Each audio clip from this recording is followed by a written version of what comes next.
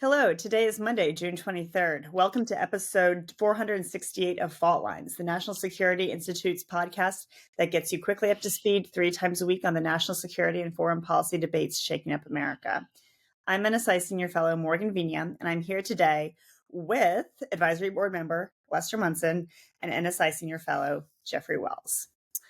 Well, 3 guesses about what we're going to talk about today. On Saturday night, at President Trump's orders, U.S. Central Command executed Operation Midnight Hammer, a deliberate and precise strike against 3 Iranian nuclear facilities. The mission was carried out with the intent to severely degrade the Iranian regime's nuclear infrastructure. Around midnight Friday night and into Saturday morning, a large B-2 strike package launched from the continental United States. Part of the package separated and headed west into the Pacific as a decoy. The other package headed east to Iran. This 18-hour flight to the target area completed multiple in-flight refuelings. Once over land, the B-2s then linked up with support aircraft. When the strike package entered the Iranian airspace, 4th and 5th generation fighter jets swept the air looking for enemy fighters and surface-to-air threats. Then, at 6:40 Eastern Time, Fordow and Natanz nuclear sites were hit by the strike package. The lead B-2 dropped GBU-57 massive ordnance penetrators, known as MOPs, or also known as big effing bombs.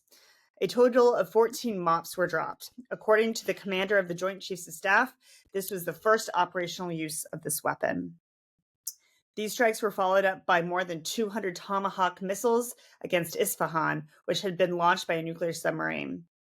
All 3 targets were hit between 6:40 and 7:05 Eastern Time. And then everyone came home. The big Pentagon is not aware of any shots fired on U.S. personnel during the entire mission. Iran's fighters did not fly, and Iran's air defense did not see us. 75 precision-guided munitions were used during this mission. 125 aircraft were also used. This is the largest B-2 strike and the second largest B-2 strike in U.S. history. While final battle damage assessment is ongoing, it will take some time, but President Trump is already claiming victory. Team, there are so many directions that we can take this conversation this morning. So, Jeffrey, let's start with you here. In addition to Israel taking out Iran's military leadership and their military installations, they just lost their nuclear infrastructure. How do we expect the Ayatollah to respond here? What's Khamenei's next move? So Khomeini, I think, has 2 real options. One is to respond with a conventional military perspective. That certainly means targeting our troops that are in the region, much as they did a few years ago.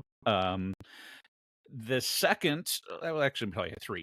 The second is perhaps continued diplomatic talks, which I do not see the Ayatollah or anyone in Iran doing. The activity that has taken place over the last 10 days, I think, is maybe made them a little bit more hardened, and I fear that they may believe that they have very little to lose in this conflict at the moment, as the pressure has been put on, certainly by the United States, in just 25-30 minutes, and as the Israelis have continued to attack even through yesterday.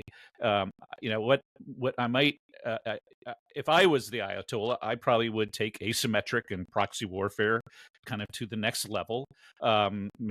Certainly ramping up my cyber operations in globally, as well as probably start floating mines and sinking things near the Straits of Hormuz. I know that would be have a significant economic impact on Iran, but it's going to have a much greater impact on everyone else in the region. And I think that that would definitely show they're bunkering themselves even deeper than 200 feet, and getting ready for a complete clash with the West, rather than just going to sit back and take midnight raids and additional missiles from the region. So I think they. Yeah, once you've wounded, and I think that's what happened Saturday night. We wounded Iran, but we did not really take them out. And they are now in this regime is completely built its legitimacy on having a nuclear power, becoming a nuclear power. And, they just have very little wiggle room at the moment. And one thing I think we've discovered, certainly in the last 30 years with the Middle East, is you've got to give your opponent some wiggle room. Otherwise, they will react in ways that don't make any sense to us. And we, from a traditional military standpoint, we may not be ready for it. Got it. So Jeffrey says Iran is down, but definitely not out. Less. Operation Midnight Hammer was limited to strikes on Iran's nuclear sites. Do you think this is the end of U.S. engagement in Iran? Well, the Iranians have said they must respond because they were attacked.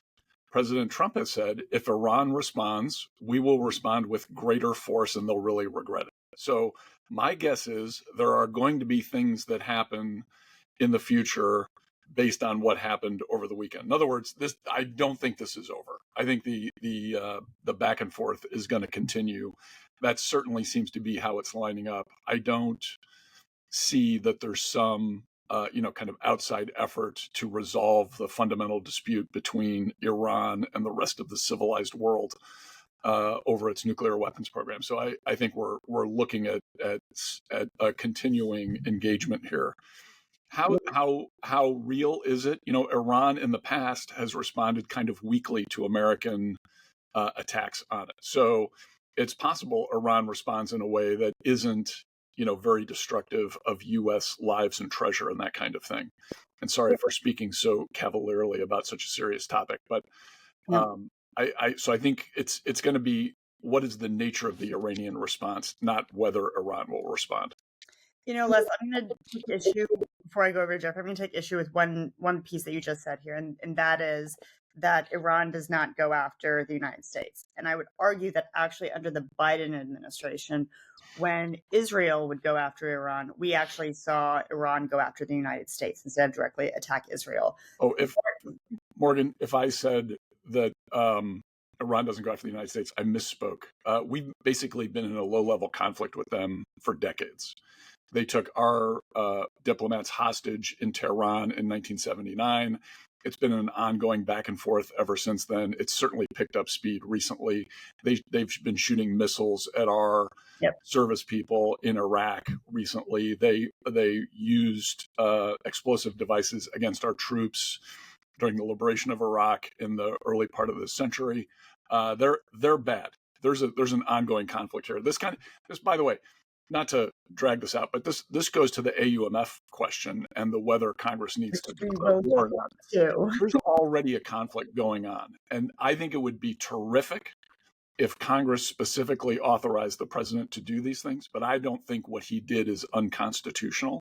And I think it's foolish for the Democrats to kind of line up behind this it was illegal argument when at the end of the day, a good chunk of Democrats, including in leadership, actually support a strike on Iran, but they don't want to say it because of politics. So I know I just kind of really diverted from your original question, but I thought I'd get that out there. Well, no, I mean, that was going to be my last question for you, Les, before I go back over to Jeffrey. And, I have to actually give credit to Jin. So when I was working for them, we floated the idea of a very narrow AUMF should the United States need to take out Iran's nuclear facilities. I have to say, I have to give them credit. That was a really sort of proactive approach here, but it was fascinating because no one in Congress even wanted to acknowledge that as a possibility. So I do think it's quite interesting that, just, a year and a half later, after having those conversations, here we are. So, Jeffrey, turning back over to you. I know Iran down, not out. We could, as Les says, we could see, another endless war. Maybe is that what we're calling this one? With that said, though, should the Iranian regime fall and Khamenei be deposed one way or another, what do we see here? What's the game plan, and how do we prevent something like an Iraq 2.0? Did you say regime change without saying regime change? you know, I'm I think and Trump did.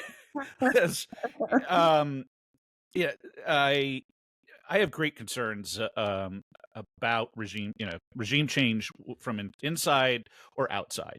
And I know it's certainly not. It's been said it's not the goal of the United States, but if it happens on its own, everybody's happy to sit by. Um, the last 15 years that has not worked out rather well, and I'd say historically regime change has not worked out very well for the United States if we even go back to Vietnam. um, and we need to be very careful what we wish for here. Is that I don't know who will step in um, to to recreate. I mean, recreate. Or I guess MEGA, as the president called it. Is building and Iran 2.0 or 3.0 into the next generation. Is what would that look like? Who would be the influencers? And I think that's, to me, a big concern is who would drive the influence from the outside. Is that going to be friendlies in the neighborhood, or is that going to be adversaries that are perhaps further north, northeast of Iran? And so it's going to be messy. And I think the unintended consequences of Saturday, I don't know that people really map this out fully. And I think it's wonderful that we could do this in 25 minutes for about $200 to $250 million. But that begins to really, in these precision strikes, have ripple effects that we really need to weigh differently. I know, even during the Obama administration, as we used drones to take out a significant number of leaders, then it became low-level leaders. Is that when doing something surgical becomes easy and low risk for Americans, it then the unintended consequences tend to get forgotten at the table in the discussion, and we're still paying for the short-sightedness of 20 years ago, if not 50 years ago. Mm-hmm. Les, final thoughts? We don't know what the future is. We don't. I think folks who are, I don't think anyone's out there making irresponsible predictions or anything, but we should treat this with great gravity. This is a military conflict. This is effectively war. The U.S. has taken a significant step here in going directly at Iran's nuclear weapons infrastructure. I mean, I think it's the right thing to do, but we should be very grounded about what's going on inside Iran, and some of the questions about regime change are interesting for sure. Whether the U.S. is pushing for it or Israel is pushing for it or trying to take action regarding that is a different question. I don't think that's appropriate or the right thing and even good in our interest in the long run. If the Iranians want to change their leadership, that would be good, probably, including those close to the Ayatollah. Doesn't necessarily have to be a popular uprising. It could be someone in the inner circle who realizes this isn't working and they need to take a different direction. But it's not for outsiders to decide. At the end of the day, the best long-term resolution here is from inside Iran. Yeah, no, I agree. I mean, what President Trump did over this weekend took a lot of courage. It was the right thing to do. Iran not only threatened our allies and partners in the region, but they were a major threat to U.S. national security. And I think it sends a direct message that when you threaten the existence of U.S. friends and allies and try to hold the world hostage by building a nuclear or weapons program, this is what happens to you. So I give President Trump a lot of credit for making that call. Also, who doesn't love seeing the United States flex, right? It's pretty amazing operation, and sort of and how it played out. So I congratulate our U.S. military for that.